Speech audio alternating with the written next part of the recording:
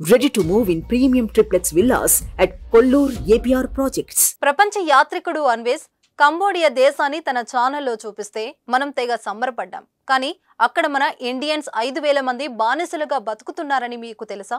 అన్వేష్ చెప్పినంత గొప్పగా లేదు ఆ దేశం. ప్రపంచ సైబర్ మోసగాళ్లకు అడ్డగా మారిపోయింది.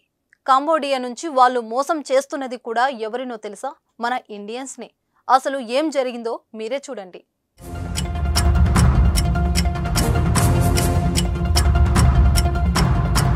కంబోడియాలో సైబర్ బానిసలు, బాధితులు 5000 మంది భారతీయులు. సైబర్ నేరాలు చేయటమే ఉద్యోగం. ఎదురు తిరిగితే కరెంటు షాక్. 6 నెలల్లో 500 కోట్ల దోపిడీ. ఉద్యోగం పేరుతో భారతీయ యువతను కంబోడియాకు తీసుకెళ్తున్న ముఠా వారిని ఆ దేశంలో సైబర్ నేరస్తులుగా మారుస్తుంది. కంబోడియాను అడ్డాగా మార్చుకున్న కొన్ని ముఠాలు ఉద్యోగం కోసం వచ్చిన భారతీయులను కూర్చోబెట్టి ఇండియాకు ఫోన్లు చేయించి ఇక్కడి ప్రజల్ని దోచుకుంటుంది. కంబోడియాలో ఉన్న సైబర్ ముఠాలు ఇండియాలో కొందరు ఏజెంట్లను పెట్టుకున్నాయి. విదేశాల్లో ఉద్యోగం కోసం ప్రయత్నించే వారిని టార్గెట్ చేసి కంబోడియాకు రప్పిస్తున్నాయి.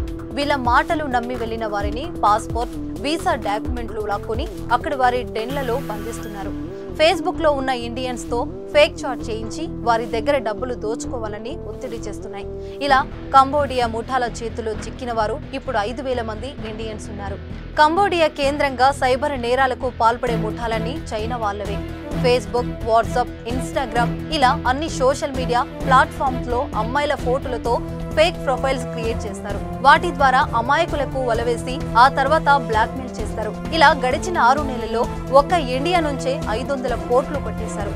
ఒడిశాకు చెందిన ఓ కేంద్ర ప్రభుత్వ ఉద్యోగి నుంచి 67 లక్షలు దోచుకున్న సంఘటనతో ఈ మొత్తం గుట్టురట్టయింది.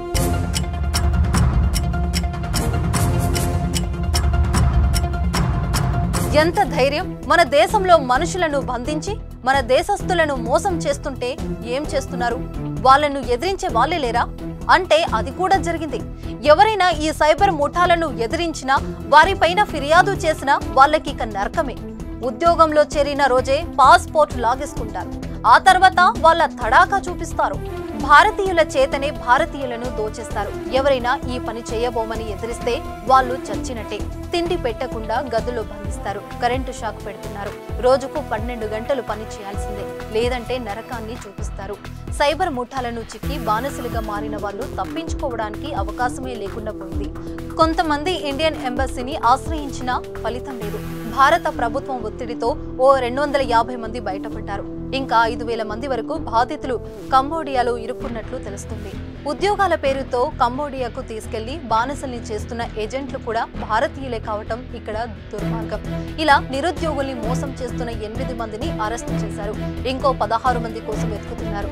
ఈ మోసగాళ్లలో మన తెలుగు వాళ్ళు కూడా 2 పోలీసులకు పట్టుబడ్డారు. విదేశాల్లో జాబ్ అనగానే ఎగేసుకొని వెళ్లే వారికి ఇదో హెచ్చరిక. ఇక్కడికి వెళ్లిన తర్వాత ఏ పని చేయాలో తెలియదు, ఇరుక్కుపోతారు. విదేశాల్లో ఉద్యోగం కోసం వెళ్లాలని ప్లాన్ చేసే వాళ్ళు ముందు అక్కడ మీరు చేయాల్సిన పనేంటో తెలుసుకోండి. లేదంటే మీరు కూడా కంబోడియాలో మాదిరిగా సైబర్ బానిసలుగా మారే ప్రమాదం ఉంది. మీరేమంటారు?